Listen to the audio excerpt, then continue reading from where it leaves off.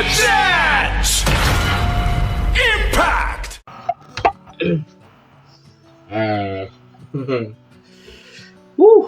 Baru episode pertama loh ini. Baru episode pertama daripada pas sudah segila ini. Oke, bismillahirrahmanirrahim. Assalamualaikum warahmatullahi wabarakatuh. Kembali lagi di channel Prasan Desa 2. Akhirnya episode perdana dari Kamen Rider Zetsu sudah tayang dan wow. Ini nggak tahu sih, bisa dibilang salah satu episode perdana terbaik, episode perdana Kamen Rider terbaik di era Reiwa atau gimana ya, dari semua episode pertama di setiap serial. Karena ini bener-bener gila sih. Ini baru awal loh, baru awal. Sampai aku sendiri bikin bahasanya panjang banget nih. Ini kan sambil lihat skripnya ya, ini bener-bener panjang banget dari, karena memang banyak poin yang dimunculin di sini. Jadi aku langsung aja mulai. Ya, tanpa basa-basi lagi, aku langsung aja mulai bahasanya kan dari Kamen Rider Zetsu episode pertama. Dan episode pertama langsung dibuka dengan momen cukup naik, langsung tinggi, intensitasnya langsung tinggi, karena ada momen di mana sang heroin utama yang katanya adalah idol internasional yaitu si Nemu diculik sama para perampok. Dan gak pakai basa-basi, langsung si Baku yang di sini katakanlah dapat misi dari si Zero ya, dapat misi dari Zero, dia langsung nyamar ke sana dan langsung terjadi adu tembak yang bener-bener epic banget antara Baku dengan para perampok yang menculik si Nemu. Itu gila sih. Dari segi actionnya bener-bener anjay, actionnya bener-bener gila sih. Dan apa ya, kayak ala-ala ini, kalau misalnya kalau film-film mata-mata kayak James Bond, terus juga Mission Impossible atau bahkan game Hitman. Nah, ini mirip loh bagiannya, apalagi pas bagian mereka baku tembak itu gila sih. Itu benar-benar kayak ini film kayak James Bond banget ini vibe-nya. Dan ya ada beberapa momen lucu juga sih dari si Baku, kayak misalnya tiba-tiba rambut AOG-nya naik terus sampai bikin ada satu penjahatnya kayak kebingungan sendiri. Terus juga ada momen yang, dan ternyata pas tembakannya juga si Baku itu pakai peluru plastik ya ternyata ya. Jadi kayak ya penjahatnya gak dibikin mati, cuma dibikin kayak keliangan aja karena kena tembak peluru plastik. Tapi ya gila sih. Apalagi juga ada momen yang unik ya, di mana ada pengenalan beberapa cast dari Kamen Rider Zetsu lewat objek-objek sekitarnya selama scene tembak-tembaknya ini berlangsung ya, kayak mulai dari selongsong peluru lah, terus dari meja, terus juga langit-langit. Jadi kayak ditampil satu persatu ya. Kalau misalnya kalau udah nonton filmnya Deadpool and Wolverine, film ketiga Deadpool, kan ada momen di mana para cast dan juga staffnya film-film itu diperkenalkan lewat beberapa shot dari objek-objek di sekitarnya si Deadpool waktu dia bantai-bantai anggota TVA kan. Nah, kurang lebih itu konsepnya kayak gitu, persis gitu. Cuma ini bisa dibilang lebih simpel tapi epic juga gitu. Gila sih. Apalagi juga ini Baku juga memperkenalkan diri sebagai Agent Number 7. Jadi ya, ini nomor agennya dia di serialnya. Cuma udah epic-epicnya ya, ada momen tembak-tembakan sama para perampok lah, terus juga dia ada momen epic dia nyamakan Nemu. Ternyata cuma mimpi. Cuma mimpi ternyata, karena si Baku enak mimpi langsung cetuk, langsung diketok pakai sendok sayur sama si adiknya, sama si Minami. Ya ampun. Dan dia juga ada penjelasan singkat dari si Minami ya, pas Minami ngomelin si kakaknya ini. Katanya memang si Baku itu punya kemampuan lucid dream ya, dimana dia tuh ya lucid dream kan bisa kayak gini. Jadi kayak si Baku itu simpelnya dia nyadar, dia berada di dalam mimpi tapi dia sadar gitu. Jadi kayak dia sadar kalau dia itu lagi bermimpi. Makanya kayak dia enak-enakin sama akhirnya kayak sama Baku, dia dinikmatin aja mimpinya, mumpung dia tahu dia itu lagi bermimpi. Dan sebenarnya memang Baku itu tipikal orang yang kayak apa ya, kayak bisa dibilang pemimpi banget ya, karena dia itu kayak ya jadi kayak suka kayak apalagi juga mimpi dia setiap malam karena sama terus ya, mimpi jadi agent terus tiap malam dia mimpi kayak gitu. Dan pas diomelin sama adiknya ya, ada momen di mana si Baku itu kayak ya pengen jadi pengen jadi agent juga ya, buat nolong orang. Tapi cuma kayak ada momen di mana si adiknya kayak apa ya, kayak ini Pak kayak langsung ditentang keras sama si adiknya lah. Gak tahu sih ada kejadian apa yang dialami sama adiknya kok tiba-tiba dia kayak gini gitu loh. Ini juga masih agak plot hole kan, masih awal-awal kok tiba-tiba kok Minami reaksi kayak gini, ya kenapa ini? Apa nanti bakal dijelaskan di spin off kali ya, kan katanya kan ini apa? Kalau nggak salah ya, di tanggal sama dengan penayangannya Kamada Zetsu kan ada spin off yang kan Toei juga langsung rilis spin off-nya Zetsu kan, yang fokus ceritanya itu kalau nggak salah lebih ke Minami, jadi lebih ke adiknya Baku.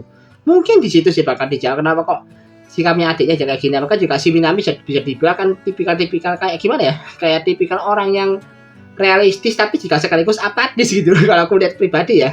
Tapi juga kayak dia tuh kayak apa ya, kayak seperti kayak sedikit menyepelekan mimpi atau segala macamnya pasti Baku cerita soal mimpinya dia. Jadi kayak apa terlalu realistis gitu, jadi kayak apa ya, di sini memang unik karakter dia, jadi kayak benar-benar bisa jadi penyimbang bagi karakter Baku yang suka bermimpi. Cuma di sini juga ada sedikit momen nyebelinnya juga sih, karena ya dia terlalu lurusnya itu ya gimana ya, ini juga tipikal orang kebanyakan pada umumnya lah ya, narasinya kayak terlalu realistis sampai mimpi aja disepelekan dan juga kayak dianggap cuma angan-angan biasa gitu, cuma omong kosong biasa gitu. Jadi kayak gimana aku bingung jelasinnya. Ya ini kayak gitulah. Jadi kayak realistis tapi juga terlalu apatis lah bisa dibilang karakternya si Minami kalau aku lihat loh ya. Ini menurutku pribadi. Kalau misalnya aku salah ya sorry, ini menurutku pribadi juga soalnya.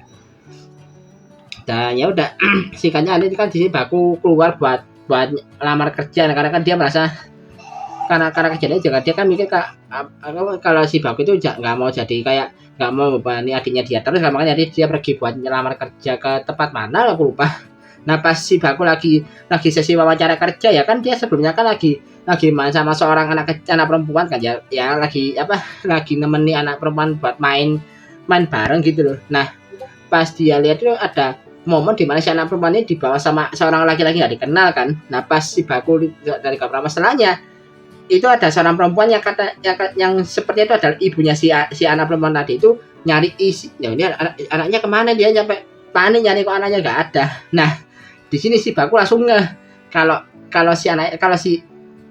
si om yang bawa si anak kecil ini berarti itu adalah penculik. dia langsung dan langsung nyari kan, langsung ngejar nyari kan, dan ketemu ternyata hampir mau dibawa ke dalam mobil sama si bocil itu sama si om misernya ini. Si Baku yang awalnya ragu juga ya kan, dia langsung jalan langsung lari buat teriak ke si bocilnya buat biar langsung diselamatin maksudnya ya. Tapi ya naasnya ya pas mau nolongin tiba-tiba entah dari mana tiba-tiba ada mobil random datang ke arahnya Baku dan langsung nabrak dia sampai akhirnya si Baku gak sadarkan diri gara-gara ketabrak mobil.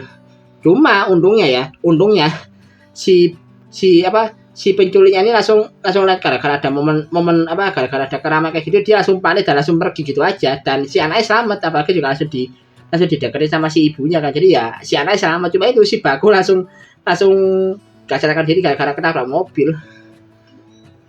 Dan gimana ya, bahkan sampai harus dirawat di rumah sakit kan, karena kebetulan kalau saya dia tuh lagi dia diselamatin sama si Pak Fujimi ya, yang kebetulan juga lagi ada di tempat yang sama. Dan pasti Baku dibawa di rumah sakit dan juga adiknya kan langsung nyusul karena memang panik waktu lihat dengar kakaknya masuk rumah sakit. Dan di sini juga dijelasin kalau ternyata ini juga adalah bagian dari hal yang dari ciri khas karakternya Baku ya, dimana dia itu bisa dibilang kesialannya itu sudah benar-benar another level dibandingkan orang lain gitu. Jadi kayak kesialannya kenapa kok dia another level, karena dia Baku nolong orang ini bahkan juga udah dimunculkan loh di episode terakhirnya Gabu kemarin, yang pas waktu si Baku nolong Soma terus tiba-tiba dia kesambar sama UFO. Nah ini termasuk ini, jadi kayak dia itu tiap kali dia nolong orang, si Baku yang tiap kali Baku nolong orang dia pasti bakal ditimpa kesialan setelahnya. Jadi kesialannya bener-bener random banget loh sini. Jadi kayak mulai dari ketabrak mobil lah, terus juga digigit hiu lah, ketiban meteor, terus juga di episode terakhir Gabu kemarin dia disambar listrik, disambar petir sama UFO lah. Buset deh, random banget, makanya ini random banget. Dan bahkan dan itu terjadi setiap kali dia nolong orang loh. Kayak gimana, kayak miris loh. Dia niatnya nolong orang, dia niatnya baik buat nolong orang, tapi diri malah ketimpa kesialan setelahnya. Tapi di sini ya aku punya teori sih.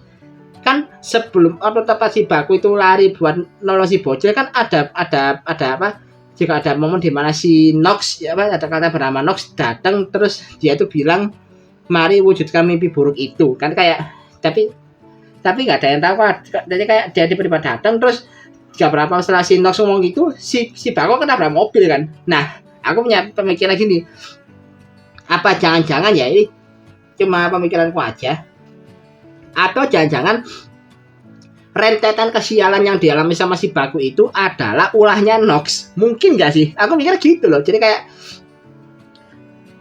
kayak mulai dari semua kesialan yang random banget yang dialami sama si Baku itu jangan-jangan memang ada hubungan sama Nox gitu loh. Jadi kayak sengaja dimainin gitu, di mana tiap kali Baku itu melakukan tindakan baik, ada Nox di sana yang kayak nge-trigger sesuatu sampai akhirnya si Baku kena sial, terus kayaknya bahkan sampai bener-bener ngancam nyawanya gitu. Mungkin sih kayak gitu ya. Ini aku nggak tahu sih, ini cuma pemikiran aku aja, cuma karena ada momen kayak gitu aku makanya mikir kayak gitu apa jangan memang kesialannya Baku itu akibat ulahnya si Nox gitu loh. Karena kesialannya bener-bener random banget loh. Ya kemana deh, kayak mulai ketabrak mobil lah, ketiban meteor lah, terus juga digigit hiu, terus setelah kabur dia disambar petir sama UFO. Itu kan random banget gitu loh. Dan nggak mungkin itu terjadi tanpa alasan kan. Mungkin ya alasannya ya mungkin ya karena ulahnya Nox, mungkin sih gitu ya, kayaknya loh ya kayaknya. Terus juga karena kejadian ini juga kan akhirnya kan diurus tim khusus dari kepolisian buat nyelidiki kan, yang nyelidiki adalah si Pak Fujimi tadi yang nolong si Baku. Dan kebetulan dia juga ditemani sama seorang petugasnya baru aja dilantik terus juga langsung terus juga buat ngadesi satu kasus, yaitu si ini Nagumo Nagisa, aku lupa namanya, si Nagumo lah bukan namanya, yang ini yang diperankan sama pemerannya Mbak Sae sih, namanya lupa digits dulu itu loh.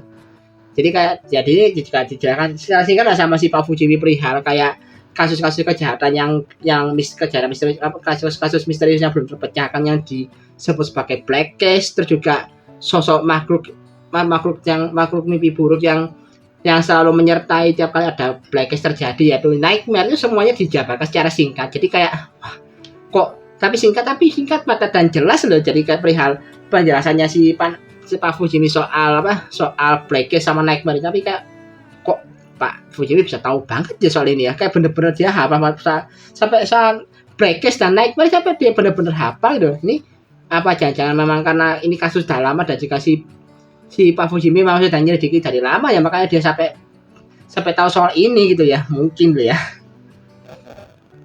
Dan juga ya kalau dari karakternya sih bisa dibilang si Nagumo ini kayak karakternya juga mirip-mirip sama si adiknya Baku ya. Jadi kayak kata yang pemikirannya lurus-lurus saja, bahkan dia seperti dari gelagatnya aja kelihatan banget ya kalau si Nagumo ini kayak nggak percaya banget sama yang namanya black case. Jadi kayak kasus-kasus kejahatan ini dia mikirnya kayak gak masuk akal dan dia gak mau percaya sama itu gitu loh. Kelihatan banget dari gimmick-gimmicknya si Nagumo ini.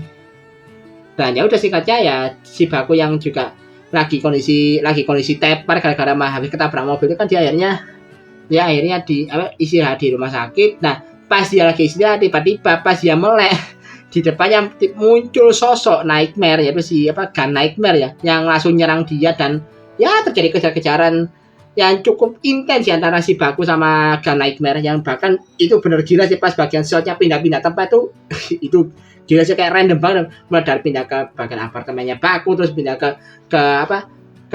lorong rumah sakit lah, terus pindah ke jalan, bener-bener random banget pindah-pindah tempatnya. Jadi ya ini vibe-nya bener-bener kayak gimana, bagus banget karena gimana pas kayak gini loh, pas momennya mereka pindah-pindah lokasi ini bener-bener vibe mimpi buruknya kerasa kan ya, namanya juga mimpi kan pasti tempat-tempatnya random kan pasti kejadiannya. Kalau misalnya penggambaran umum soal mimpi gitu, jadi kayak buset nih, kayak apalagi juga angle kamera pas si Baku dikejar-kejar sama Gun Nightmare bener-bener keren sih. Jadi kayak vibe mimpi buruknya bener-bener kerasa gitu di sana. Dan ya udah lah sih, itu Baku sampai tiba di sebuah tempat yang nggak ada tempat di mana si Baku sebenarnya mimpi menyelamatkan si Nemu.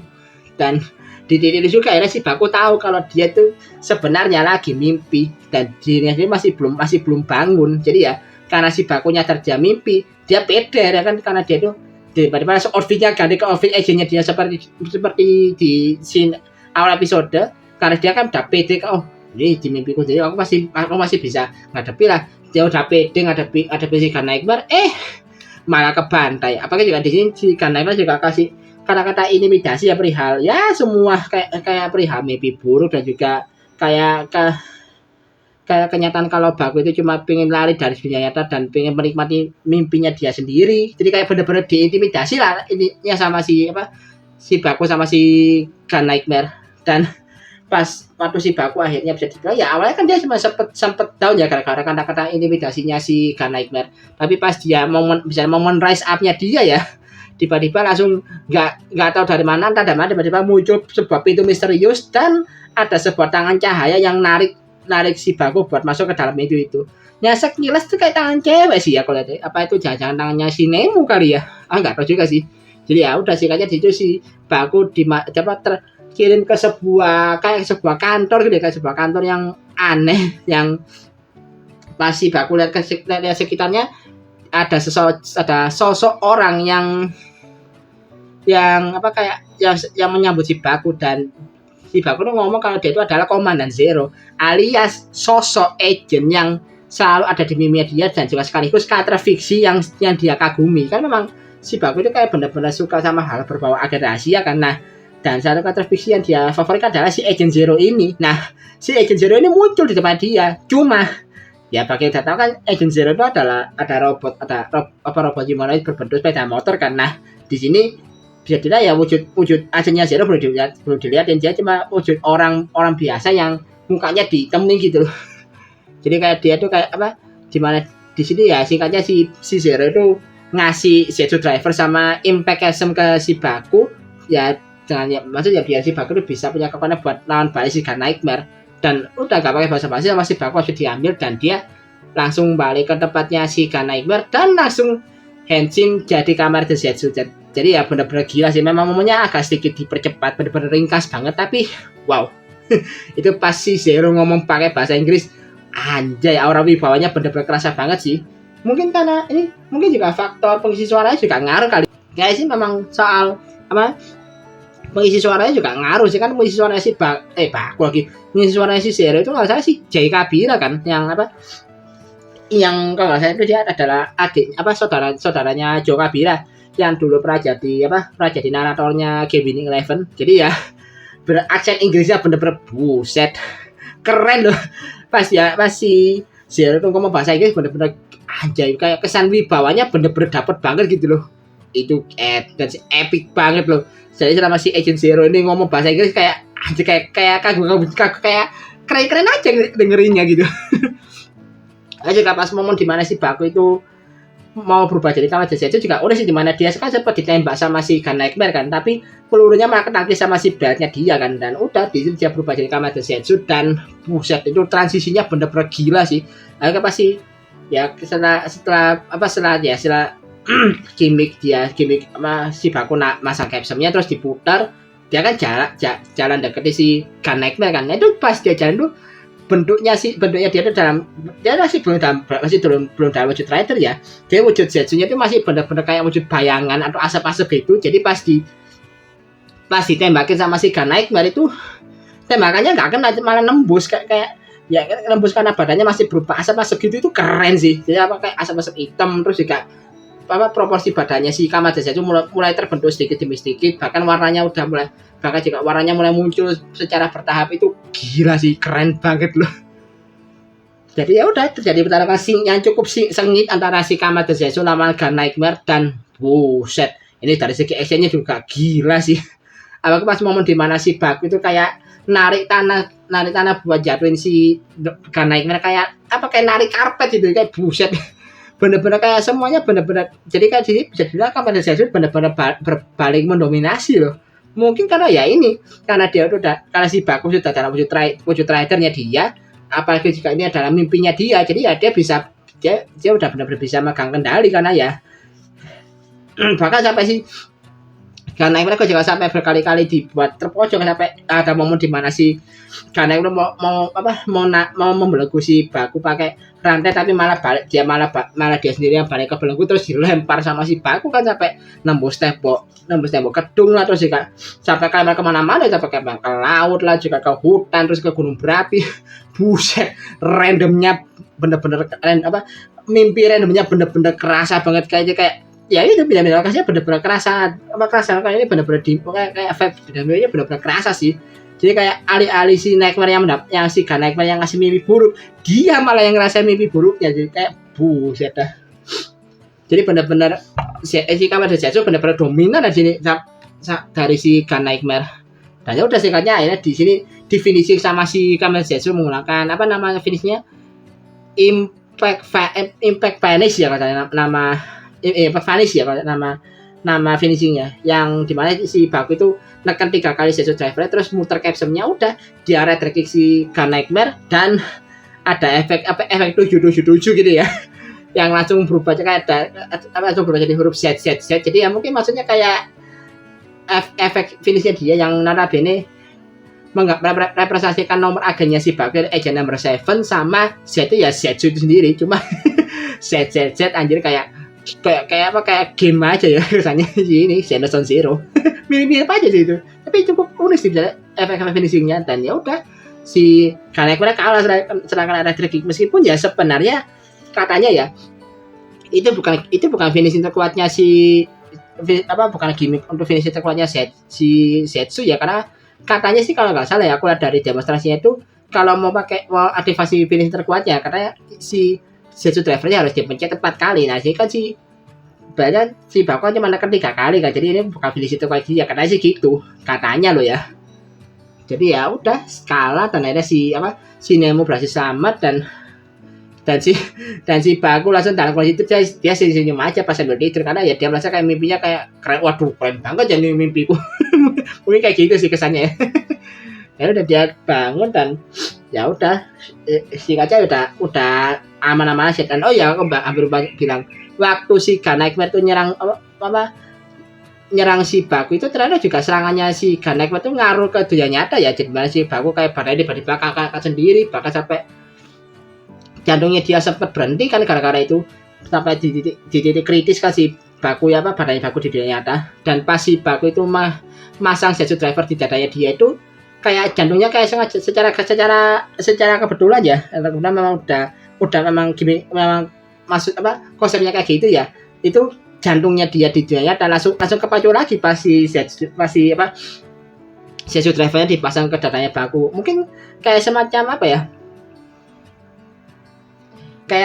kayak ada triggernya gitu, makanya pas si banyak kepasang ya si Bakunya langsung jantungnya si Baku yang sempat berhenti langsung berdetak lagi. Apalagi juga pas si Baku bangun itu kan juga yang lucunya ternyata di dadanya itu Zetsu Driver-nya masih kepasang kan. Jadi Zetsu Driver-nya masih kepasang, terus juga di depannya si Baku juga ada si Zetsu Phone sama si Impact Action-nya. Jadi ya si Baku langsung tahu kalau ini yang dia rasakan di mimpi itu ternyata beneran gitu. Apa juga ada momen di mana si Pak Fujimi juga nggak sengaja ngelihat momen pas si Baku itu lagi lihat beratnya dia Zetsu Driver di dadanya dia kan. Jadi ya secara kalau ya udah kayak langsung ketahuan aja dulu momen si Baku itu pakai Zetsu Driver di dadanya dia sama si Pak Fujimi. aduh. Dan oh iya, dan juga ada kayak sedikit potongan waktu si Baku itu ngelihat waktu si Baku megang Zetsu Phone-nya kayak ada semacam kayak potongan klip perihal adegan-adegannya sepertinya bakal muncul di episode berikutnya ya. Dan udah jadi episode-nya selesai. Dan langsung aku lanjut balik ke preview aja ya. Dimana ada total 4 lagi. Ada 3 poin yang mungkin bakal jadi poin utama di episode 2 nanti. Yaitu pertama adalah kemunculan Nightmare baru yaitu si Bomb Nightmare yang bakal dilawan sama Kamen Densetsu. Dan bahkan di sini juga Kamen Densetsu akhirnya pakai senjata utama dia yaitu si Breakup Setzer. Jadi dia bakal pakai senjata utama dia di sini. Terus juga apa lagi ya? Terus juga ini pertemuan pertamanya Baku dengan Zero, yang kali ini Zero udah dalam wujud robot, wujud motor humanoidnya dia. Dan mungkin juga bakal dijelaskan ini perihal organisasi kode, dan juga misinya mereka melindungi mimpi orang-orang dalam mimpi buruk akibat para nightmare. Jadi mungkin semuanya bakal dijelaskan sama Zero di episode berikutnya. Terus juga ada mungkin sedikit konflik ya antara Pak Fujimi sama Nagumo ya, yang itu yang di mana si Nagumo itu kayak masih ngotot kalau penyelidikan dunia mimpi itu cuma omong kosong bagi dia gitu loh. Jadi ya kayak bener-bener kayak dia diwakilkan sebagai kata yang masih bener-bener gak percaya sama Black Case lah intinya. Jadi ya bakal ada sedikit ya gimana ya, yang juga masih anak baru yang bener-bener pemikirannya lurus-lurus saja kan si Nagumo. Jadi ya makanya dia kayak kena hal kayak gini dia gak percaya langsung, ya gak bisa langsung percaya gitu. Jadi bahkan sampai ada konflik sama si Pak Fujimi kan si Nagumo. Itu sih kalau dia bakal yang mungkin bakal jadi poin utama di episode 2 nanti ya. Ya kurang lebih gitulah untuk bahasan singkat Kamen Rider Zetsu episode pertama. Dan wow, ini sebagai pengawal serial baru ya, pengawalan untuk serial baru ini benar-benar gila sih. Apalagi juga awal episodenya udah naik loh, meskipun ya bisa dibilang langsung diturunin secara mendadak karena ternyata momen-momen epicnya cuma mimpi doang. Tapi ya buset, dari segi beberapa eksekusi di episode pertama ini bisa dibilang menurutku cukup rapi loh, benar-benar rapi. Dan juga gambaran singkat dari konflik dan juga konsep dari serialnya sudah dijelaskan di episode pertama ini ya, meskipun belum semuanya, tapi ada beberapa poin pentingnya sudah disinggung di sini, perihal si Baku yang bisa lucid dream lah, terus juga perihal Black Case sama eksistensi para nightmare sudah mulai dijelaskan apa juga pas udah mulai dijelaskan dan juga segala macamnya. Jadi ini beberapa poin pentingnya udah mulai bisa dijelasin. Jadi untuk nonton episode berikutnya jadi kayak yang nonton udah bisa dapat gambaran lah nanti Kamen Rider Zetsu itu kurang lebih bakal berjalannya kayak gimana. Jadi benar-benar cukup bagus sih. Jadi aku berani bilang ya, untuk Kamen Rider Zetsu ini episode pertamanya adalah episode pertama yang menurutku paling rapi ya di antara seri lainnya. Kalau menurutku sih, kalau di antara seri lainnya ya menurutku masih, kalau dibilang rapi-rapi banget ya mungkin masih belum serapi Gits ataupun Gabu ya. Itu menurutku 3 seri itu dari segi episode pertamanya itu menurutku bagus sih, eksekusinya juga rapi dan juga pengenalan konfliknya juga benar-benar bagus banget. Jadi ya ini masuk 3 besar seri Kamen Rider yang menurutku episode pertamanya itu benar-benar bagus. Yaitu pertama ada Gabu, Gits sama sekarang Zetsu. Oke sih kayak gitu sih. Jadi ya selamat menikmati serial Kamen Rider Zetsu untuk setahun ke depan. Dan bismillah, moga-moga aku bisa kuat bahas Kamen Rider Zetsu sampai tamat seperti Gabu kemarin. Jadi ya aku gak mau terlalu banyak yapping karena aku takut kebanyakan videonya. Jadi ya mungkin gini aja bahasanya. Aku juga ini juga suara aku sebenarnya lagi hilang ini. Aku memang aku lagi flu, jadi suara aku lagi gak enak. Jadi aku mau bikin videonya sesingkat mungkin. Jadi oke, sedikit dulu video kali ini. Like dan share video kalian suka video ini. Subscribe juga channel aku kalau suka dan bangga channel ini. Kalau ada mau kalian koleksi atau mau tambah aku juga bisa tulis di kolom komentar. Dan kalau mau kasih dukungan tambahan juga bisa klik link Sawaria atau klik link terakhir di kolom deskripsi di bawah. Ada kata Assalamualaikum warahmatullahi wabarakatuh. Salam dari Prasadi Setempat 12.